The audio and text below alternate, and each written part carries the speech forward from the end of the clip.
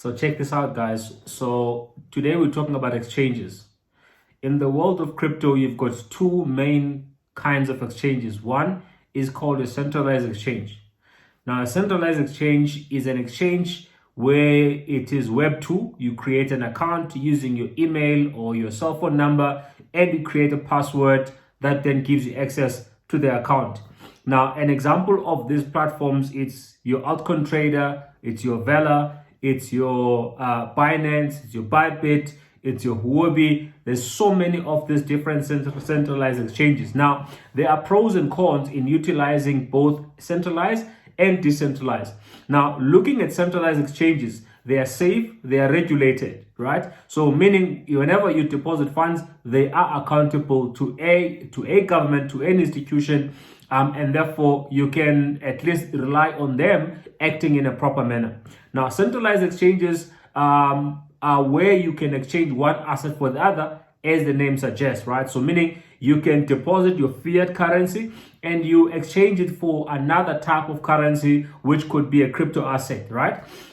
Or you can deposit a crypto asset and then you want to exchange it for another crypto asset. You might find that there's actually even more functionalities within the centralized exchange. So things like, staking your crypto assets to earn yield on your crypto assets. Sometimes it can be a bit low depending on which exchange and what promotion they actually have running on. The best thing about centralized exchanges, one is the fact that they are regulated. Number two is the fact that should you lose your phone or your device and you lose your password, you don't know how to log in, you are more than able to write to support and they can help you to recover your account and regain access to your account. But if the company goes bankrupt, the process of actually getting your money back can take you years, right? Whilst the process is undergoing legal procedures, which may take years, right?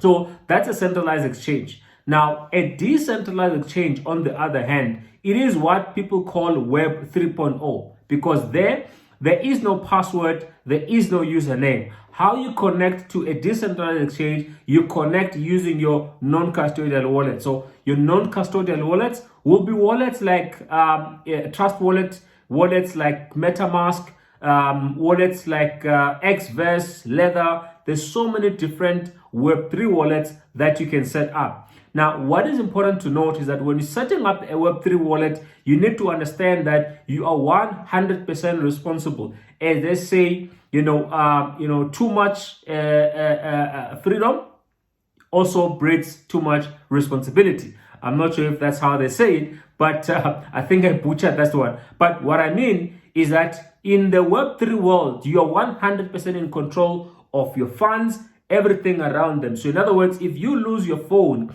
and you have not set correctly your mnemonic phrase or your backup phrase, you may lose access to your funds forever. There is no support to write to that can help you to regain access into your wallet. Now, the nice thing about it is that you only have to worry about your wallet because your decentralized exchange itself, you connect via your wallet. There is no need for you to log in or to log out, right? So meaning the part that you need to guard is actually your non-custodial wallet, right? So it's advisable to write your seed phrase. It can be 12 phrases, it can be 24 phrases. Write them somewhere in a place that is safe. Don't take a screenshot. If you do, quickly delete it.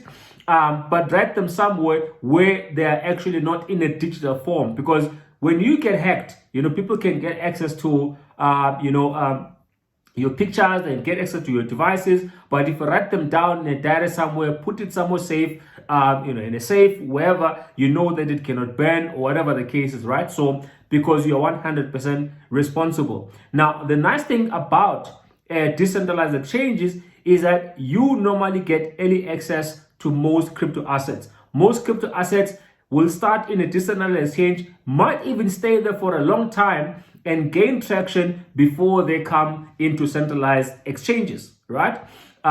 So you get early access into crypto projects because you have access to decentralized exchange. Now, these two, I don't think they are mutually exclusive. I think there is a use case for centralized exchange because there's things that only the centralized exchange is good at doing, and there's things that only a decentralized exchange is actually good at doing. With decentralized exchange, you enjoy some form of anonymity, whereas with the centralized exchange, the people that the exchange that you are opening an account with, they know exactly who you are. They have to know who you are. They have to know where your funds are coming from. They have to do KYC. They have to do AML, because they are, a financial institution that do report to a government. So they have to fight. They have to help the government in fighting against things like, terrorism and stuff like that, kidnapping. There has been cases where Binance has helped. People get apprehended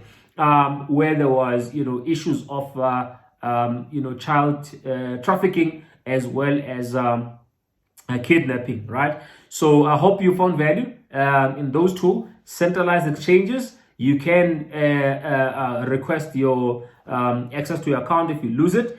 Decentralized exchanges, you are 1000% responsible for your wallet that gives you access into decentralized exchanges. The next video will dive deep into how do these decentralized exchanges work, and also with centralized exchanges, what are some of the functionalities that you can expect.